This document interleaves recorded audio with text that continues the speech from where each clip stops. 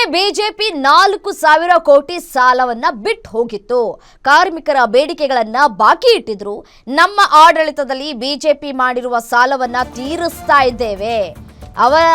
ಅವರ ಅವಧಿಯಲ್ಲಿ ಒಂದು ನೇಮಕಾತಿಯನ್ನೂ ಕೂಡ ಮಾಡಿರಲಿಲ್ಲ.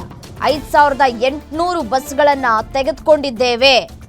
ಪ್ರತಿದಿನ 25ರಿಂದ 30 ಲಕ್ಷ ಮಹಿಳೆಯರು ಓಡಾಟವನ್ನ ಮಾಡ್ತಾ ಇದ್ದಾರೆ.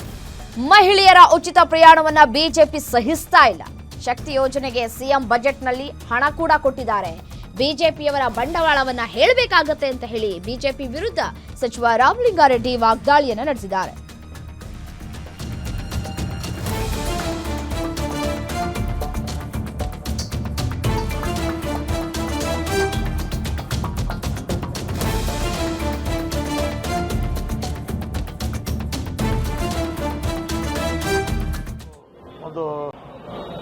ಇದು ವಿಧಾನಸೌಧದಲ್ಲಿ ಶಕ್ತಿ ಬಾಕಿ ಎಷ್ಟು ಹಣ ಇದೆ ಅಂತ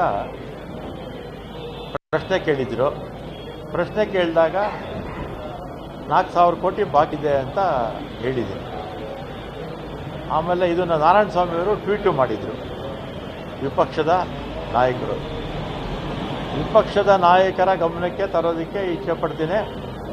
ಅವರು ನಮಗೆ 2023ರಲ್ಲಿ ಅಧಿಕಾರ ಬಿಟ್ಟುಕೊಟ್ಟಂಥ ಸಂದರ್ಭದಲ್ಲಿ 4,000 ಕೋಟಿ ಸಾಲ ಬಿಟ್ಟೋಗಿದ್ದಾರೆ.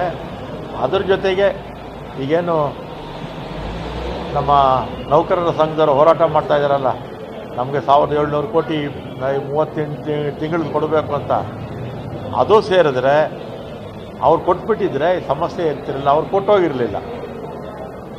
ಒಟ್ಟು ಒಂದು 4,000 ಕೋಟಿ ಸಾಲ ಇಟ್ಟಿದ್ದಾರೆ.